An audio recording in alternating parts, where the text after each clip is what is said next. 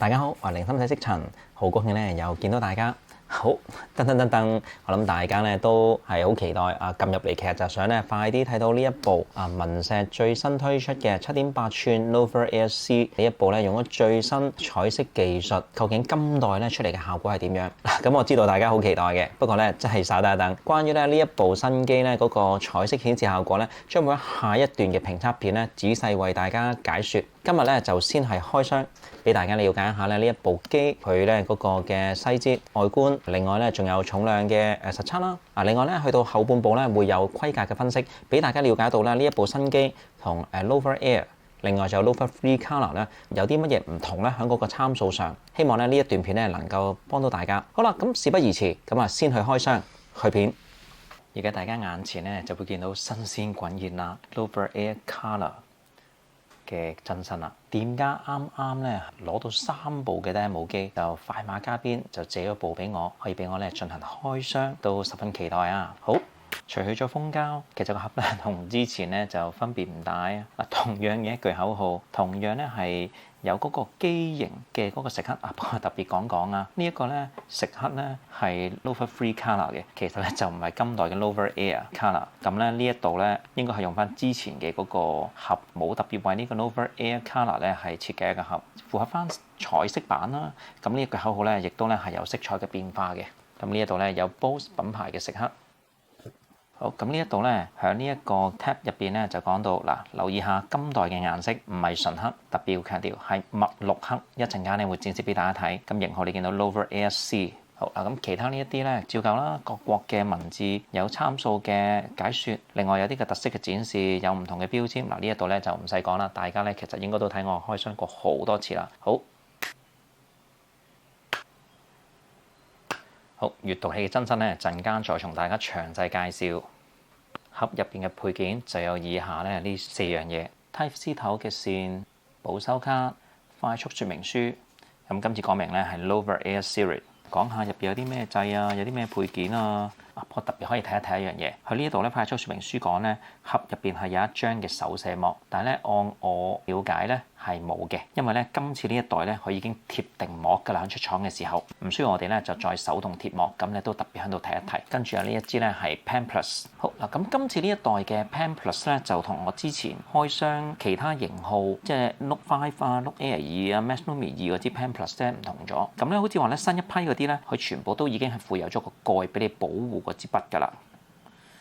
好，有個咁嘅膠筆蓋。如果你上一代咧係買 Nova Air，就會發現呢一支筆咧係有啲唔同嘅，因為上一代咧跟 Nova Air 嗰支 Pen Plus 咧係白色嘅，今代咧就跟翻部機嘅顏色咧係黑色嘅，兩隻色唔同。雖然其實兩支筆咧嗰個模具啊、寫感啊、筆尖啊全部都一樣，所以咧個筆套咧其實亦都可以通用，用喺白色呢一支嗰度嘅。不過當然啦，唔係幾好睇啊嚇，配件就係得咁多啦。係時候咧除去膠套啦。佢預設咗已經係一張咧彩色嘅關機圖。今代嘅模具咧其實同 Nova Air 係一樣，只不過咧顏色唔同咗。一陣間我會俾大家有一個比較就清楚噶啦。咁佢咧面前嘅面板呢個位置咧個框變咗係黑色，同樣係有 Bose 嘅品牌咧係喺下方呢個位置。而背面呢一個位置咧就會係墨綠色背板，係用鎂鋁合金咧係製作嘅，摸落去咧係光滑。不過你會見到咧有少少咧係凹凸嘅粒子咧，係讓到咧有少少嘅摩擦感，但係整體嚟講咧係偏光滑嘅。而呢一個位置咧，廠商嗰邊咧就有資料就話呢一度咧位置咧就係塑膠嘅，係以免咧阻礙咧 WiFi 嘅接收。嗱，打燈咧，大家就會見到咧黑色嘅呢個膠板同呢一個咧墨綠色嘅鎂鋁合金背板咧個分別。呢個就係今代佢所講嘅墨綠黑。我覺得呢隻綠色唔錯，如果前面嘅背板咧都可以轉成呢隻色，咁咧我覺得會更加好。前面咧純黑嘅背板咧，可能我睇到有啲悶啊嚇，咁啊打燈俾大家咧了解清楚呢一隻墨綠色。特別一提，後邊呢一度咧係寫住 Nova Air， 跟住有個細標籤 C 嘅，標示住呢一部咧係彩色機嘅身份。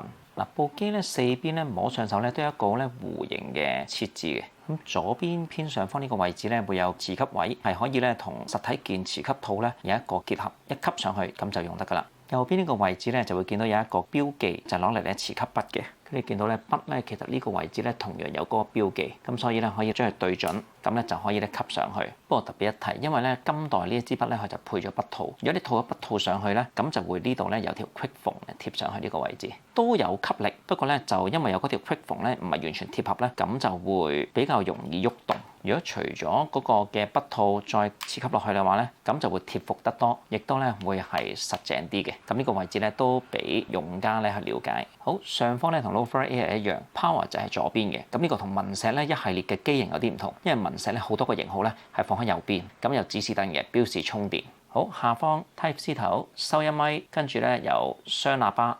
整體基本上咧呢一部 Loafer ASC 咧外觀嘅介紹就到呢一度，同場加映我都特登咧同店家咧借部 Loafer Air， 咁俾大家會見到咧喺嗰個外觀上咧兩部嘅唔同。咁其實我覺得有啲惋惜嘅，呢一部 C 咧，如果佢其實用翻 Loafer Air 嘅模具咧，其實我覺得咧係會靚仔啲，因為 Loafer Air 咧佢用呢一個嘅石墨灰咧，其實就係造成係視覺延伸嘅效果，你好似睇唔到個屏嘅嗰個邊界，雖然其實係睇到嘅。當然純白就更加靚仔，亦都有一班咧白色愛好者可能會更加中意。咁我覺得咧始終係爭啲，但係兩部機嘅模具係完全一樣。而 Loafer Air 咧佢背後咧佢有個灑墨嘅一個 pattern 不規則嘅圖案喺呢一個位置咧，我當時覺得咧都有種好似係水墨畫嘅感覺，我就幾中意嘅。咁呢度咧變咗墨綠色咧，我覺得呢隻墨綠色都 OK， 不過咧就冇咗嗰種特色。同樣係 Loafer Air 系列，但係兩部咧成個外觀咧俾人嘅感覺係完全截然不同。咁咧都喺度俾大家咧去了解一下。好，咁咧我今次特別咧就問店家就借咗 Loafer Air， 咁啊包埋佢嗰個自吸套，呢個係上一代嘅嗰個自吸套。咁佢同今代嘅呢個 Loafer ASC 咧係通用嘅。嗱，同樣都係嗱，你見到對翻呢一度呢個自吸位。好，咁樣就得㗎啦。咁今代咧，佢其實文石咧為咗 Loafer ASC 咧就出咗一隻橙色保護套，好 colourful，有啲貓貓嘅公仔喺個封面嗰度嘅。不過咧，按我所知，要4月中打後咧先有機會到港，冇咁快。咁所以咧就冇辦法展示俾大家睇啦。另外咧，我喺講緊 Loafer Air 呢個自吸套嘅時候，都特別講過咧，佢嗰個皮質咧唔係咁襟磨。新嘅嗰個橙色套會唔會好啲咧？質地係咪一樣？會唔會換咗啲比較襟磨嘅材質咧？咁都要等佢到港之後咧，我就再同大家介紹啦。咁俾大家知道呢一個實體件自吸套咧 ，Loafer Air 同 Loafer ASC 咧係相通嘅。好，情重俾大家了解啊，呢一部新機嘅重量，令人意外啊！佢個重量咧係有268.4克啊，比咧 Loafer Air 咧重咗30幾 gram。咁亦都比佢官方所宣稱嘅235克咧，重咗30幾克，咁係已經接近同 Loafer Free 嗰一代咧係重量一樣。呢個有啲離譜喎，要講，即係呢一度咧佢就遠遠稱唔上 Air，因為佢碟量減咗，但係重量反而比翻 Loafer Air 咧係重翻輕咗嘅嗰30克，唔對路喎。如果連埋套咗筆蓋嘅筆黐埋一齊嘅話咧，重量就係283.1克。如果係入埋自吸套唔連筆，咁係417克，連埋筆係432克，俾大家有個參考了解。就住多咗嗰啲30克咧，我再仔細摸一摸兩部機咧 ，Loafer ASC 咧背後呢個位係有啲鼓起嘅，脹啲嘅，唔係完全嘅平嘅，對比起 Loafer Air 呢個位置。咁唔知係咪今代喺嗰個硬件上嘅有啲唔同，讓到佢重咗？明明都係 Air 系列，但係C 重咗30克咧，我覺得有啲失望，或者應該係有啲意外啊嚇。好嗱，關於咧係 Loafer ASC 嘅嗰個彩色表現咧，響下一段片咧會同 Loafer Free Color 有一個仔細嘅比較。不過我都知道大家都好期待啦，咁啊都俾大家咧感受下第一眼嗰個色彩效果啦。開機俾大家睇睇。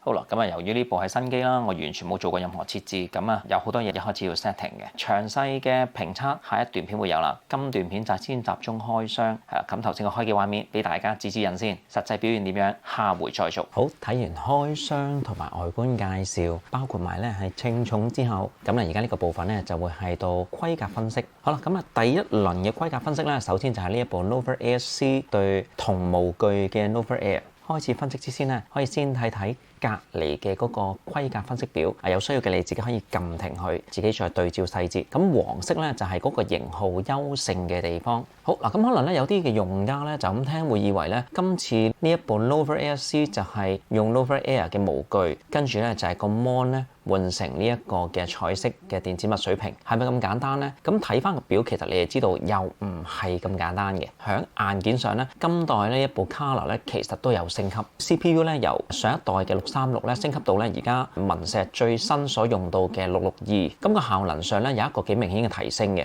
跑分嚟講咧就係由13萬分左右咧升級到咧大約20萬分。咁喺嗰個操作上同埋嗰個各方面嘅表現上咧，亦都確實係會優勝啲嘅。咁另外咧嗰個 Android 版本咧升到11啦。咁之前咧我喺評測片都提到過，升到11咧其實最主要嘅變化係咩？可能你用落去唔係好覺，因為你裝嗰啲 app 咧10同11其實基本上都支援。不過我用開讀墨嘅閱讀 app 咧，咁11就冇咗嗰個警告，同埋咧係少咗直接關機再開排版嘅移位問題。咁啊，所以呢一個版本嘅提升對我嚟講咧係有感嘅。嗱，咁另外你見我咧喺屏幕嗰度咧，我都列咗黃色，即係一個優勝位。咁呢個就好明顯就睇翻你本身咧有冇呢一個彩色嘅需要。即係話如果你單睇硬件，其實 Kala 呢一部係有提升嘅。不過唯一一個退步位就係咧，經過實測之後咧，呢一部 Nova Air C 咧竟然係重咗30克，比起呢一部 Nova Air。雖然同樣都係纖薄，但係稱上手確實係略重啲嘅。如果你咧其實彩色對你嚟講唔係好緊要嘅，咁 Nova Air 便宜一個級別，平成1000蚊左右，兼且咧使用體驗上咧依然咧